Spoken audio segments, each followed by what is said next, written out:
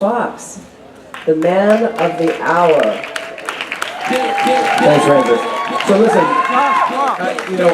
I'm not gonna say that much. I feel like this is what we have to do going forward. If this many people sat down in Governor Brown's office and refused to leave, we would stop fracking in California. You know that? So, we created these rallies because we watched this remarkable thing happen over the course of the Bernie Sanders campaign. Yeah! You probably noticed that everybody up on this stage was a Bernie Sanders surrogate. And we became a kind of ensemble that we loved doing this so much that we refused to stop doing this. Even though Bernie Sanders is not in the presidential race anymore, it's now up to us, right? Climate revolution is up to us. And truthfully, you know that climate change is one of those issues that is going to affect everybody's life. And we are really in bad shape when it comes to the climate. We've warmed the earth by 1 degree already. We have enough carbon dioxide and methane and other greenhouse gases in the atmosphere now to bring us to 1.5 degrees. And at 2 degrees, we bring about an unstoppable process of 5 to 9 meters of sea level rise. Meters, not feet. We lose 30 to 50% of the species on the planet. We see worsening superstorms, droughts, floods. The United Nations estimates at 2 degrees, which we're almost certainly going to hit in our lifetimes, we're talking about 800 million climate refugees. 800 million. We've seen the xenophobia and the racism that has come from the climate crisis right now in Europe and here and across the world. So why did I say, okay, let's get on the stage?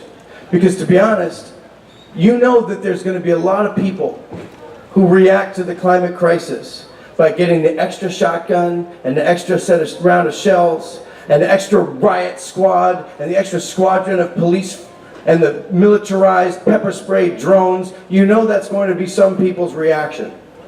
But I say, our reaction to climate change is we have to get ready the spare bedroom. We have to get ready the extra seat at the table. We have to welcome people who are in harm's way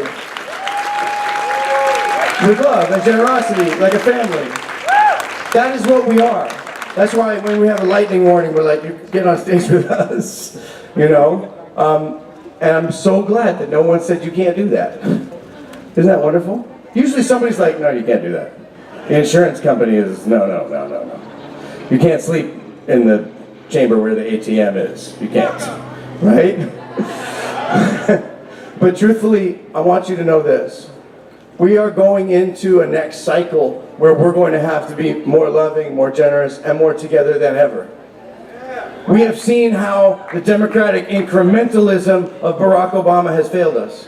It has failed to protect us from the big banks. It has failed to protect us from fracking. It has failed to protect us from climate change. In fact, emissions went up.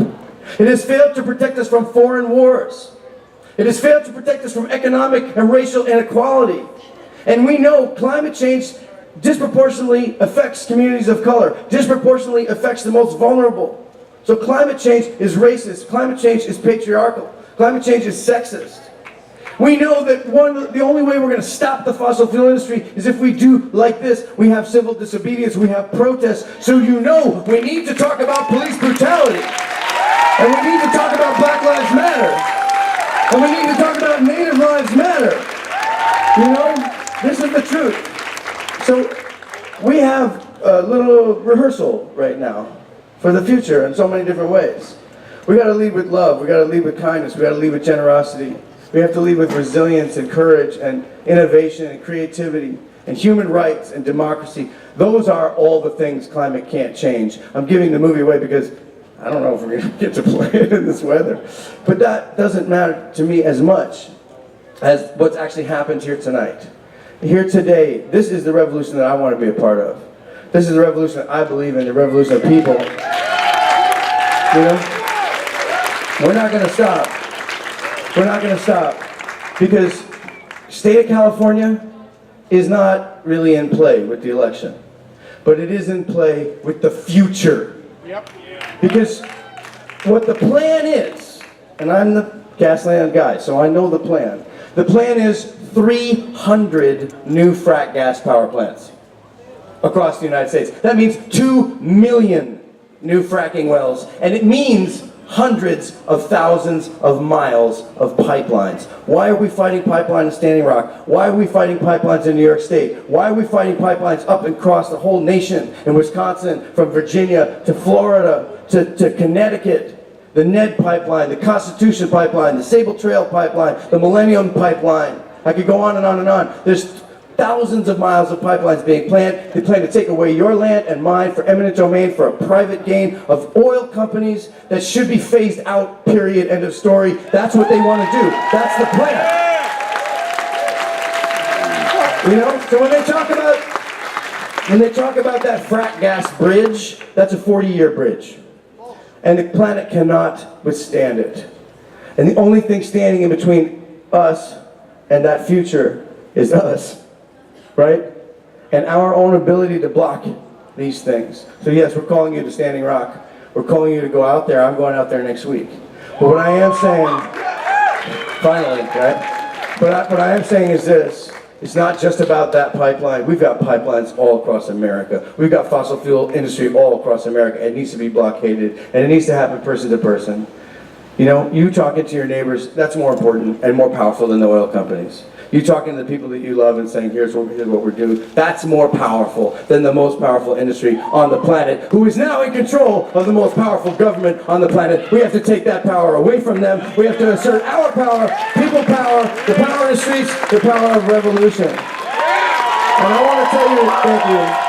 And so it's my honor right now. It's my honor right now. Because we do have to make sure we talk about Black Lives Matter. We have to talk about intersectionality. So it's my honor right now to introduce a man that I was on the trail with, across the nation, with Bernie, the great Mr. Kendrick Sampson. Thank you so much. Here he is.